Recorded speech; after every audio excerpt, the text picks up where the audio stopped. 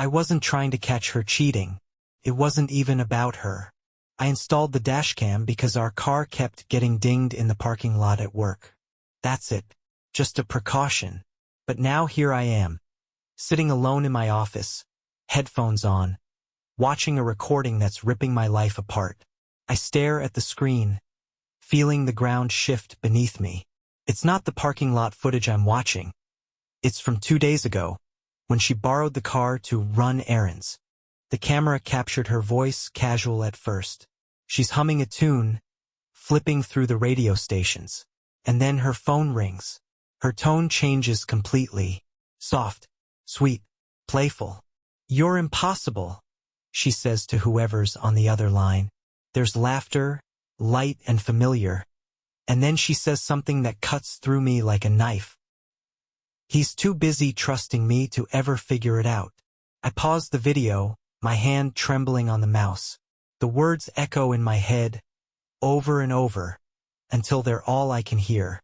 I didn't press play again right away. Instead, I just sat there, staring at the frozen frame of the dashboard, her laugh still ringing in my ears. I thought about the woman I married, the woman who once made me believe I could handle anything life threw at me. Anna wasn't just beautiful. She was clever, sharp-witted, always quick with a joke that could pull me out of the darkest mood. I'd met her in college, back when we both thought the world owed us something. Back when we'd stay up late making plans for a future we couldn't even begin to afford. She was the ambitious one, always dreaming big while I focused on stability. I'd liked that about her, the way she made me feel like anything was possible, even for a small-town guy like me. When we found out she was pregnant, we were terrified, sure, but we were also determined. We promised each other we'd build a life our son could be proud of. A life we could be proud of. For a while, it felt like we were succeeding. But life never quite works out the way you plan. Does it? We named our boy Liam, and he was perfect, or at least he seemed perfect until he turned 13. Teenagers are supposed to test boundaries, but Liam didn't just test them. He demolished them. Failing grades, late nights sneaking out, picking fights at school. It was one thing after another. Anna and I used to joke that Liam must have been switched at birth, that there was no way two people as boring as us could have raised someone so wild. But deep down, I think we both blamed ourselves. I know I did. Anna started working longer hours, throwing herself into her career, while I became the one chasing Liam down at night. That was the first real crack in our marriage. Not the fights, not the exhaustion, but the way we stopped being a team. Every argument about Liam turned into an argument about us. "I can't do everything, Mark," she'd shout. And I'd shout back, "Neither can I." And then there were her relatives. Anna's sister, Sophie, was always there with her advice. "You're too soft on him, Mark," she'd say, like Liam was some kind of science project we were failing. And then there was her mother, who'd swoop in with her disapproving looks and comments about how Anna deserved better. "You have no idea how lucky you are to have her," she'd say.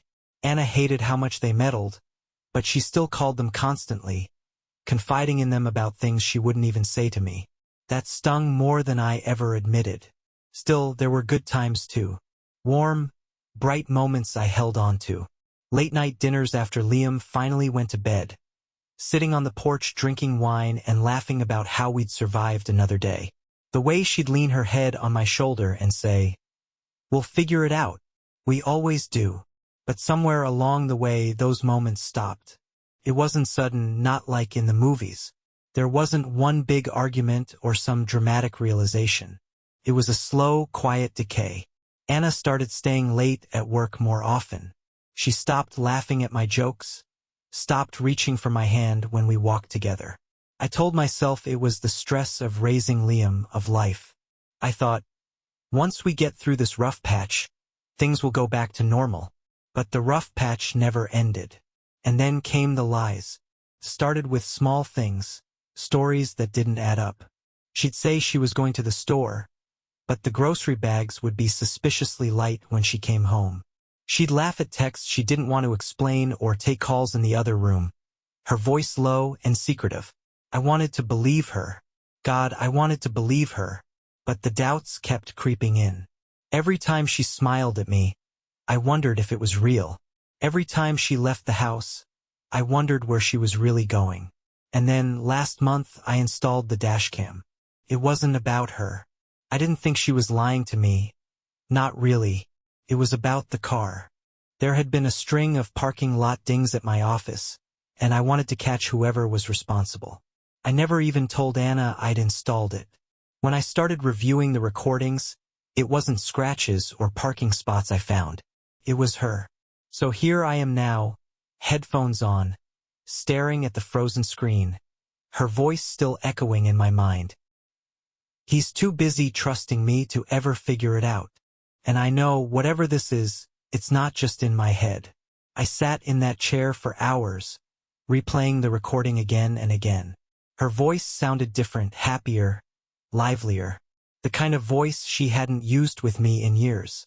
Every time I hit play, I hoped I'd realize I'd misunderstood, that it was all some harmless inside joke I wasn't in on. But that laugh wasn't for me. Too busy trusting me. It was as if she knew exactly how much of a fool I'd been. I went back further in the dashcam's history, scrolling through file after file. It wasn't hard to find what I was looking for. Anna borrowing the car again and again. At first, the footage was innocent enough. She'd hum along to the radio or mutter under her breath about traffic. Then the phone calls started. The first call was short. Her voice was careful, soft. "I can't talk long," she said. "He's home tonight."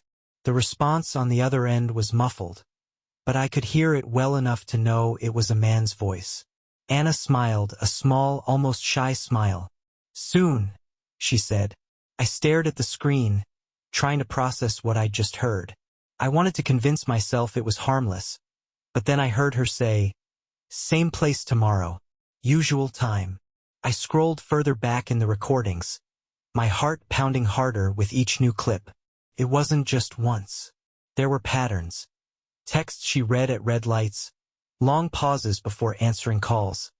A voice that grew lighter, more intimate, whenever she was alone in the car. The recording from 2 weeks ago hit the hardest. Anna was laughing, her voice sparkling with excitement. I know, but this one's on me. He never checks the mileage on the car. We're fine. Fine." That word made my stomach churn. The worst part of discovering betrayal isn't the pain. It's the waiting. I wanted to confront her right then and there, scream at her, demand answers. But I couldn't. Not yet. That night, Anna came home late. She was cheerful, almost glowing. She kissed my cheek when she walked in and asked how my day had been. For a second, I thought about pretending everything was fine, about holding on to the illusion for one more night. But then I remembered her laugh in the recordings. That laugh wasn't mine anymore. When she wasn't looking, I slipped the dashcam's memory card into my pocket and uploaded the recordings to my laptop. This isn't just for me, I told myself. I need proof. Proof she can't talk her way out of. The rest of the evening was torture. I could barely look at her. Every smile, every casual touch felt rehearsed, fake. Anna didn't seem to notice anything was wrong. She talked about her day at work, the project she was managing, how she was planning a weekend to visit her parents. "They've been asking about you," she said with a laugh. Her parents. She knew I wouldn't come with her. She'd been playing this game for months, using my trust and my routine as a weapon against me. That night, while Anna slept soundly beside me, I lay awake in the dark, staring at the ceiling. The same question ran through my mind over and over. How long has this been going on? The next morning, Anna borrowed the car again. She was heading into town to run errands, she said. She kissed me on the cheek before leaving, just like she always did. I waited until she was gone, then pulled out my laptop to check the live feed. The Dashcam's app had a streaming feature, something I hadn't used before. I hesitated for a moment, my finger hovering over the screen. Part of me didn't want to see what she was doing. But the other part of me, the part that needed answers, hit play. For a while, the footage was ordinary. Anna parked at the grocery store, wandered inside, and came back out with a few bags. But then she made a call. "Hey, it's me," she said. "Yeah, I'm leaving now. I'll be there in 20 minutes. My chest tightened. She wasn't coming home. I watched as Anna drove downtown, her fingers tapping the steering wheel to the beat of a song only she could hear. She pulled into the parking lot of a hotel. A man was already waiting by the entrance. I didn't recognize him. Dark hair, sharp suit, confident posture. Anna smiled when she saw him, that same glowing smile I hadn't seen in years. She got out of the car, and the camera caught it all. The way she rushed into his arms, the kiss they shared, the way she laughed when he whispered something in her ear. I closed the laptop, my hands shaking. I didn't need to see more. I already knew the truth. But I wasn't done. I didn't move for a long time after closing the laptop. My hands were still gripping the edge of the table, knuckles white, as though the weight of what I'd just seen might physically push me over. I couldn't stop replaying the image of her in his arms. The way she melted into him, the way she kissed him like she didn't have a care in the world. It wasn't just an affair. It wasn't some passing mistake. It was a life she had built, running parallel to mine, hidden in plain sight. For years, I'd blamed myself for the distance between us. When Liam acted out, I was the one grounding him, chasing him, cleaning up his messes. Anna got to be the good cop, swooping in with her solutions or disappearing entirely when things got too hard. I told myself she was just tired, that the spark we had would come back when Liam graduated, when things calmed down. I hadn't realized that the spark had already left, and she'd taken it somewhere else. The house felt too quiet after that. Every corner seemed haunted by something I'd overlooked. The shoes she'd left by the door, the half-empty wine bottle from the night before, the grocery list she'd written in her neat, slanted handwriting. All of it mocked me, whispering, "She's still here. She still lives this life with you." But it's all a lie. I walked upstairs to our bedroom. The bed was still unmade from the morning, her pillow dented from where she had slept. I sat on the edge of the mattress, staring at her side of the room. Her things were everywhere. Her favorite perfume on the dresser, a stack of magazines by the nightstand, her earrings left carelessly on the desk. Everything looked normal, ordinary. But now I knew the truth. I opened the drawer of her nightstand. Inside were a few books, a pen, and her phone charger. And there, right in the corner, was her wedding ring. She'd stopped wearing it months ago, saying it felt tight on her finger. I hadn't thought twice about it, trusting her like I always did. Now it felt like a warning sign I'd ignored. A glaring red flag I'd been too blind to see. I don't know how long I sat there, staring at that ring, but eventually, I forced myself to move. The weight in my chest was too much to carry alone. So I called Jake, my best friend since college. He picked up after the first ring, his voice bright. "Mark, what's up, man? You sound like you've seen a ghost." "I need to talk to you," I said, my voice barely steady. Jake went quiet for a moment, then said, "You want me to come over? Please." It took Jake less than 20 minutes to arrive. When I opened the door, he took one look at me and knew something was wrong. "Jesus, Mark, you look like hell. What happened?" I led him to the kitchen, where the laptop was still sitting on the table. He followed, his brow furrowed, and sat across from me. "I think Anna's cheating on me," I said, the words spilling out like a confession. Saying them out loud for the first time made it all feel more real, like ripping open a wound that was already bleeding. Jake blinked, taken aback. "What? Anna? Are you sure?"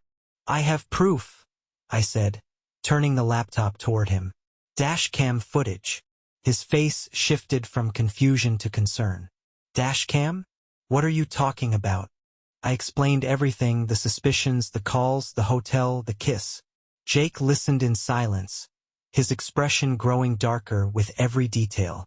When I finished, he let out a low whistle, leaning back in his chair. "Man," he said, shaking his head. "I don't even know what to say. I mean, this is bad, Mark. This is really bad." "I know," I said, my voice hollow. I don't know what to do. Jake looked at me for a long moment, then leaned forward. Do you want to save your marriage? I didn't answer right away. That was the question, wasn't it? Did I want to save this? Could it even be saved? I thought about the years we'd spent together, the life we'd built, the promises we made. And then I thought about the way she'd kissed him, the way she'd hidden her ring, the way she'd laughed at my trust. I don't know, I admitted finally. Jake sighed. Look, you need to confront her. She's going to deny it, probably try to flip the blame on you, but you have to stay calm. Just show her the proof and make her tell you the truth. That's the only way you'll know where you stand. I nodded, though the thought of facing Anna made my stomach turn. She's out running errands right now, I said. She'll be back in a couple of hours. Good, Jake said. That gives us time to figure out what you're going to say. You can't go in there angry, Mark. If you want the truth, you need to keep it together. Easier said than done, I muttered. Jake stood and clapped a hand on my shoulder. You're stronger than you think, man. She's the one who messed up, not you. Don't let her gaslight you into thinking otherwise. I wanted to believe him, but the truth was, I felt anything but strong. I felt small, broken, like a shadow of the man I used to be. But I knew he was right. I couldn't let her control the narrative. While Jake stayed to keep me grounded, I wrote down everything I wanted to say to Anna. I replayed the recordings again, watching her every move, every word. By the time I heard her car pull into the driveway, my heart was pounding so hard it felt like it might burst. I stood by the kitchen table, gripping the back of the chair for support. Jake gave me a firm nod before slipping out the back door, giving me the space I needed. The front door opened, and Anna walked in, a smile on her face. Hey, honey, she called out. You won't believe the sale they were having at. She stopped when she saw me standing there, the laptop open on the table.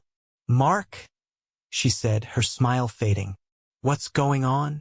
I took a deep breath, steadying myself. We need to talk. She froze, her smile flickering for just a second before she quickly replaced it with concern. Talk about what? She asked, setting her shopping bags down on the counter. Her voice was light, casual. Too casual. I motioned toward the laptop, the recordings queued up and ready. About this. Her eyes flicked to the screen, and I saw it, the moment of panic she tried to hide behind a frown. What is that? She asked, stepping closer, her tone sharper now. It's the dashcam, I said. My voice was calm, but inside, I was shaking. The one I put in the car. Her mouth opened, then closed again. You what? I've been reviewing the footage, I continued, ignoring the way her hands trembled as she gripped the edge of the counter. And I think you already know what I found. For a long moment, she didn't say anything. The kitchen was so quiet, I could hear the faint hum of the fridge. Finally, she straightened up, her voice steady but defensive. Mark, I don't know what you think you saw, but I hit play. The recording began. Her voice, soft and playful, followed by the sound of laughter. His laughter. Her promises, the hotel, the kiss. It was all there. I didn't say a word. I just watched her face as she listened to her own betrayal. Anna's face turned pale as the audio played, her expression shifting from confusion to panic in mere seconds. I could see her struggling to piece together a response, searching for a way out. But there wasn't one, not this time. That's not what it sounds like, she said finally, her voice trembling. She tried to summon her usual composure, but it wasn't there. The edges of her carefully constructed mask were cracking. Mark, you don't understand. This is all a misunderstanding. I can explain. Explain, I echoed, leaning back against the counter, my arms folded across my chest. Go ahead, Anna. Explain why you're meeting another man at a hotel while telling him I'm too trusting to ever figure it out. I kept my voice calm, but inside, my chest was a storm, a mix of anger, disbelief, and something I didn't want to admit, hurt.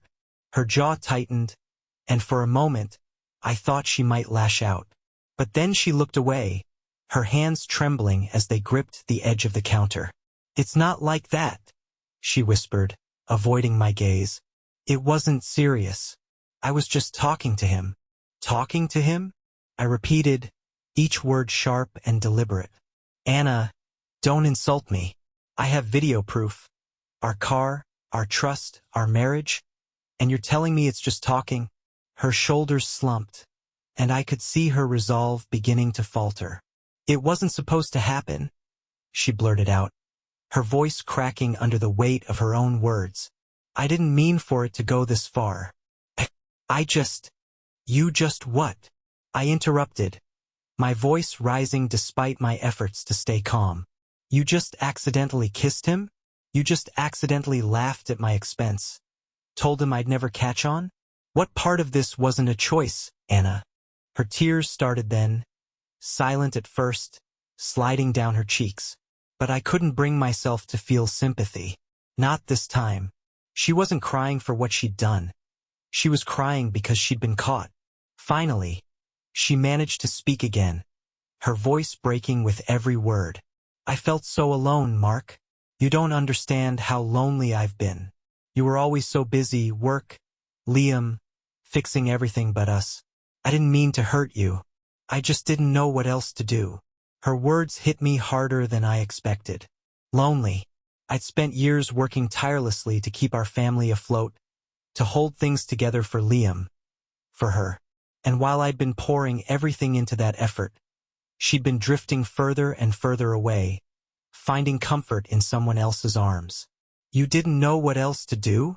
I repeated, my voice heavy with disbelief. "Anna, you could have talked to me.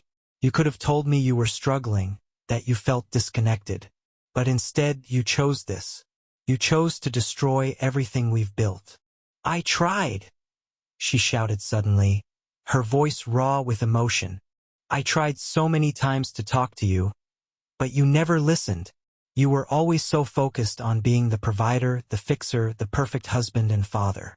But you forgot about me. I felt invisible, Mark." Her words stung, cutting deeper than I wanted to admit. Part of me wanted to argue, to tell her she was wrong, that I'd been there for her every step of the way. But another part, the part that couldn't deny the truth, wondered if maybe I had missed the signs. "I don't care how invisible you felt," I said finally, my voice cold and steady. "You don't fix loneliness by cheating. You don't fix a marriage by lying to your husband's face. Do you have any idea what it's like to sit there, watching the woman you love betray you? To hear you laugh at my trust? Anna, you didn't just cheat on me. You humiliated me." Her sobs grew louder, and she buried her face in her hands, her shoulders shaking. But I couldn't comfort her. Not this time. I stood there, silent, watching as the weight of her actions finally began to crush her. For a long moment, neither of us spoke. The kitchen felt suffocatingly quiet, the air heavy with everything we couldn't say. Finally, I broke the silence. "How long?" I asked, my voice low but firm. She looked up at me, confused. "What? How long has this been going on?" I repeated, my tone deadly calm. "A month? 6 months? A year? I want the truth, Anna." Her eyes flicked toward the door, like she was contemplating running. But then she sighed, defeated. 6 months, she said finally, her voice barely above a whisper. 6 months. I felt the words settle in my chest, heavy and suffocating. 6 months of lies. 6 months of stolen moments. 6 months of her living a life I didn't even know about. "You've been lying to me for 6 months," I said, my voice trembling with rage. 6 months of turning our marriage into a joke. And you still have the audacity to stand here and blame me for this. "I'm not blaming you," she cried, her voice desperate. "I'm just trying to make you understand. I didn't mean to hurt you, Mark. I was just lost. Lost." I snapped, my anger boiling over. "Anna, this isn't being lost. This is betrayal. This is you choosing over and over again to destroy the trust we built. And for what? For him. She broke then, collapsing into the nearest chair, her sobs echoing through the room. I watched her, my chest tight with a mix of anger, pain, and something I couldn't quite name. Pity, maybe. Not for her, but for the life we'd lost. For the love that had once felt unshakable but now lay in ruins at our feet. When her sobs finally subsided, she looked up at me, her eyes swollen and red. "What now?" she asked, her voice trembling. I didn't answer right away, because the truth was I didn't know. Anna's question, "What now?" hung in the air between us. Her voice was barely audible, her gaze flickering with fear and exhaustion. For the first time, I saw her not as my wife, but as someone I didn't recognize. Someone who had worn my trust like a mask while living a life I hadn't even known existed. And yet, beneath the anger, I still felt a sharp ache in my chest. This was the woman I'd shared everything with. My dreams, my fears, my home. I didn't answer her immediately. Instead, I let the silence stretch, watching as she squirmed under the weight of it. Finally, I said, "You tell me, Anna, what happens now? How do I come back from this? How do we?" She opened her mouth to respond, but no words came out. She didn't have an answer. Anna wiped her face, her hands trembling as she tried to pull herself together. "Mark," she began, her voice shaking. "I don't want this to be the end. I can fix it, I swear. I'll do anything. Therapy, counseling, whatever it takes. Please, just don't give up on us." Her plea hit me harder than I expected. She wasn't the cold, detached woman I'd seen in the recordings anymore. She was vulnerable, desperate, clinging to the wreckage of what we'd built. And for a moment, a brief, fleeting moment, I wondered if she was right, if there was something worth saving. But then I thought about the months of lies, the nights she'd spent with him while I was home waiting for her. I thought about the way she'd laughed, the way she'd dismissed me as too trusting. The sting of betrayal was too deep, too raw. "I don't think you understand how much damage you've done," I said finally, my voice quiet but firm. "This isn't just about the affair, Anna. It's about the lies, the choices you made over and over again to deceive me. How am I supposed to trust you again? How am I supposed to look at you and not see this?" Her tears started again, but this time I didn't look away. I needed her to feel the weight of what she'd done, to see that this wasn't something we could just patch up with promises and apologies. "I'm sorry," she whispered. "I'm so sorry, Mark. I never wanted to hurt you." "Maybe you didn't," I said, "but you did. And sorry doesn't change that." That night, Anna packed a bag and left. It wasn't my decision, at least not directly. She said she thought it would be best to give me space, to let me figure out what I wanted. But I think we both knew the truth. She was running. The sound of her car pulling out of the driveway echoed in my ears long after she was gone. For the first time in years, the house was silent. No laughter, no arguments, no late-night conversations about Liam or work or life. Just silence. And in that silence, I felt a strange mix of emotions. Grief, anger, relief. The life we'd built together was gone, shattered by her choices. But in its place, there was something else. Something quieter, more tentative. A chance to start over. The days that followed were some of the hardest I've ever experienced. I kept replaying our conversation in my head, wondering if I'd made the right decision. There were moments when I almost called her, when I almost asked her to come back. But then I'd remember the recordings, the way she'd kissed him, the way she'd laughed at my trust. And the anger would return, stronger than before. Liam came home from college that weekend, and for the first time in years we talked. Really talked. He could tell something was wrong. He wasn't a kid anymore. But I didn't tell him the whole story.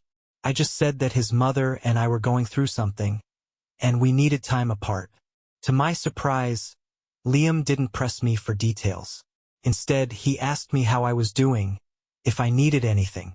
That simple gesture of kindness, coming from the same kid who used to test every boundary, nearly brought me to tears. For the first time in years, it felt like we were rebuilding something real. Anna tried to reach out a few times in the weeks that followed. Long texts, tearful voicemails, promises to change. "I'll do whatever it takes," she said in one message. "Just please don't give up on us." But every time I heard her voice, I felt the same sting of betrayal. Every time I read her words, I thought about the months she'd spent lying to me, pretending everything was fine while she lived a life I wasn't part of. Couldn't go back. Filing for divorce was harder than I expected. Not because I didn't want it, I did, but because it felt like an admission of failure, like I was giving up on something I'd spent years building. Anna signed the papers without a fight. When we met to finalize everything, she looked defeated, like the weight of her choices had finally caught up with her. "I'm sorry," she said one last time, her voice barely above a whisper. "For everything."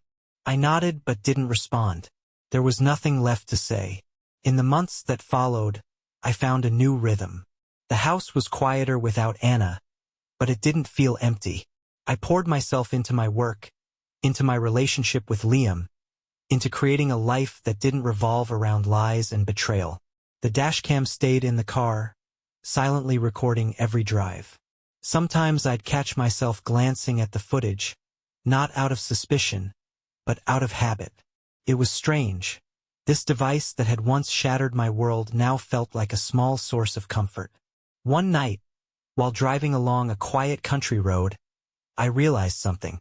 The betrayal, as painful as it was, had also freed me. It forced me to confront the cracks in my marriage, to stop pretending that everything was fine. It gave me the chance to start over, to rebuild my life on a foundation of truth. The dashcam may have captured the worst moments of my life, but it also gave me something I didn't expect: clarity. And for that, I'm grateful.